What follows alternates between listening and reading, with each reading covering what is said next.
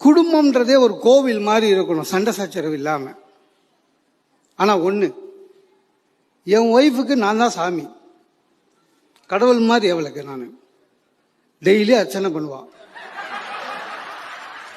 நானும் கடவுள் மாதிரி வாயே திறக்க மாட்டேன், ஒன்றும் செய்ய மாட்டேன்.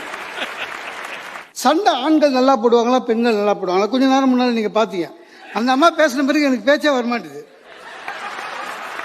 எழுந்து வந்து அடிக்குமோன்னு பயமா இருக்கு. பெண்கள் எப்பவுமே தெரியுமா சார், அவங்களுக்கு ஒரே ஆயுதம் என்ன தெரியுமா? வாய். நம்மளால ஜெயிக்க முடியாது. மிலிட்ரி மாதிரி சார், எப்பவும் சண்டைக்கு ரெடியா இருப்பாங்க சார். நம்மளை ப்ரொவோக் பண்ற மாதிரி சொல்லுவாங்க, ஆனா மெதுவா சொல்லுவாங்க.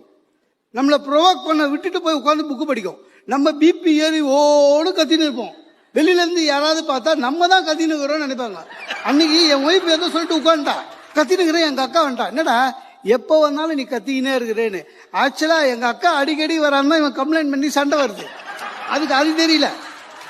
என்ன தைரியங்க நம்மகிட்டயே வந்து கேக்குதுங்க ஒய்ஃபு, உன் தங்கச்சி எனக்கு பிடிக்கல அப்படின்னு.